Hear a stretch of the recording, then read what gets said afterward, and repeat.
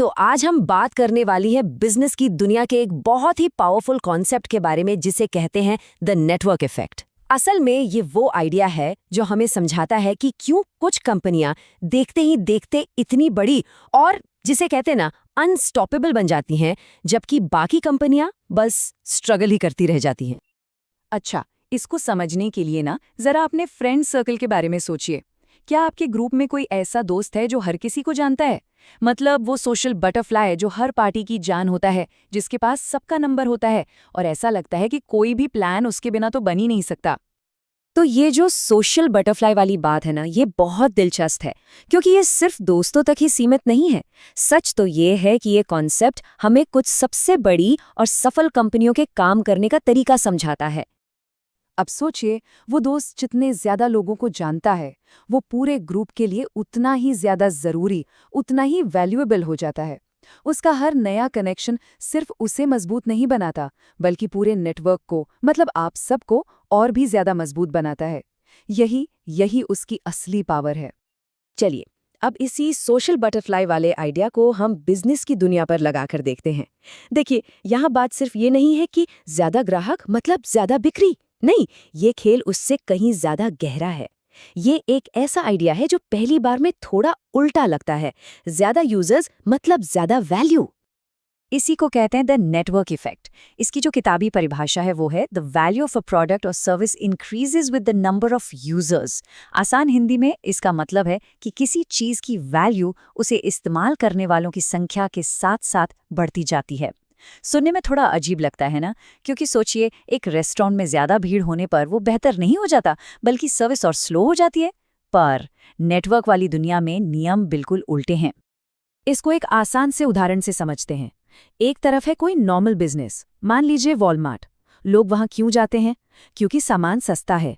इस बात से कोई फर्क नहीं पड़ता कि आपके अलावा वहां और कौन शॉपिंग कर रहा है, उसकी वैल्यू फिक्स्ड है। अब दूसरी तरफ है अमेरिकन एक्सप्रेस जैसा नेटवर्क बिजनेस। यहाँ हर नया यूजर और हर नया दुकानदार जो एमएक्स कार्ड लेना शुरू करता है, वो उस कार्ड को हर किसी के लिए ज्यादा कीमती बना देता है। मतलब ज्यादा दुकानें मतलब आपके लिए ज्यादा ऑप्शन, और ज्यादा यूजर्स मतलब दुकानों के लिए ज्यादा बिजनेस। देखा? इकोनॉमिस्ट ब्रायन आर्थर ने इस पर एक बहुत गहरी बात कही थी।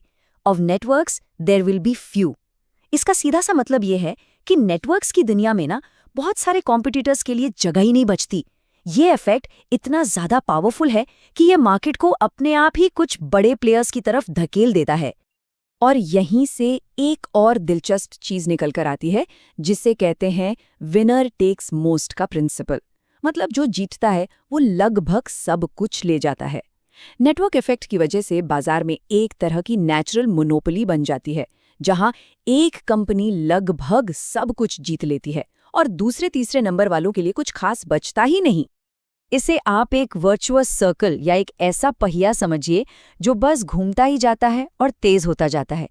ज्यादा यूजर्स और ज्यादा यूजर्स को अपनी तरफ खींचते हैं, जिससे जो बड़ा नेटवर्क है वो और भी बड़ा होता जाता है, और जो छोटे मोटे नेटवर्क्स होते हैं ना, वो इस रेस से बाहर हो जाते हैं।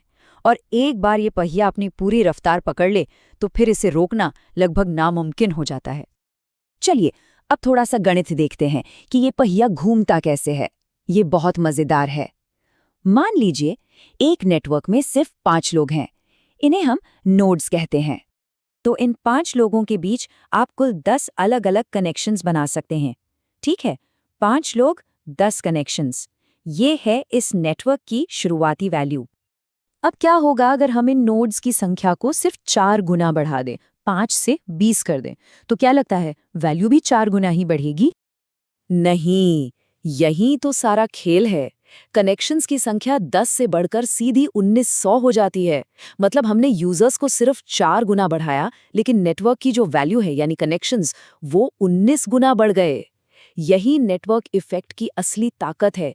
ये सीधी लाइन में नहीं बढ़ता, बल्कि ये विस्फोटक तरीके से एक्सपोनेंशियली बढ़ता है। जरा इस टेबल पे नजर डालिए। ये इस विस्फोटक ग्रोथ को और भी साफ साफ दिखाती है। देखिए कैसे नोड्स की संख्या बस थोड़ी सी बढ़ने पर कनेक्शंस की संख्या आसमान छूने लगती है। 50 नोड्स पर 1225 कनेक्शंस। अब समझ में आता है कि एक नेटवर्क जब एक लेवल पर पहुंच जाता है, जिसे क्रिटिकल मास कहते हैं, तो उसे पकड़ना नामुमकिन क्यों हो जाता है। तो ये तो हो गई थ्योरी की बातें। सुनने में तो सब बड़ा अच्छा लगता है, पर असल दुनिया में ये काम कैसे करता है? चलिए कुछ बड़ी बड़ी कंपनियों के उदाहरण देखते हैं जिन्होंने इसी इफेक्ट का इस्तेमाल करके पूरी इंडस्ट्री पर अपनी बादशाहत कायम की। सबसे पहले बात करते हैं माइक्रोसॉफ्ट की। विंडोज, वर्ड और एक्सेल के साथ इसका दशकों तक दबदबा रहा। क्यों? क्या ये हमेशा सबसे बेस्ट प्रोडक्ट्स थे? शायद नहीं, लेकिन ये बिजनेस की कॉमन लैंग्वेज बन गए। कोई ओपन ऑफिस जैसा मुफ्त सॉफ्टवेयर चाहकर भी इस्तेमाल नहीं कर सकता, क्योंकि उसके क्लाइंट, उसके बॉस, उसके कलीग्स सबके सब MS ऑफिस इस्तेमाल कर रहे हैं। फाइलें शेयर करने के लिए, साथ में काम करने के लिए उसी नेटवर्क का हिस्सा बनना एक मजबूरी बन जाती है। या फिर ईबे का उदाहरण देखिए। एक जमाना था जब अमेरिका में ऑनलाइन नीलामी का 85% से ज्यादा ट्रैफिक सिर्फ और सिर्फ ईबे के पास था। ये एक क्लासिक नेटवर्क इफेक्ट है। बेचने वाले वहीं जाते हैं जहां सबसे ज्यादा खरीदने वाले होते हैं, और खरीदने वाले वहीं जाते हैं जहां सबसे ज्यादा बेचने वाले और सामान होता है। ये दोनों एक दूसरे को खींचते हैं और नेटवर्क बड़ा होता जाता है। लेकिन कहानी में एक ट्विस्ट है। नेटवर्क इफेक्ट कोई जादू की छड़ी नहीं है कि हमेशा काम करेगी। अमेरिका में ईबे इसलिए जीता क्योंकि वो पार्टी में सबसे पहले पहुंचा और उसने सारे मेहमानों, मतलब खरीदार और बेचने वालों को इकट्ठा कर लिया। लेकिन जापान में कहानी पूरी तरह पलट गई। वहां याहू जापान 5 महीने पहले ही पार्टी शुरू कर चुका था। जब तक ईबे वहां पहुंचा, सारे मेहमान पहले से ही याहू के नेटवर्क में थे। नतीजा, ईबे के लिए जापान में कोई नहीं बचा। एक और जरूरी बात, हर नेटवर्क एक जैसा नहीं होता। कुछ नेटवर्क्स क्लोज्ड यानी बंद होते हैं और कुछ ओपन यानी खुले।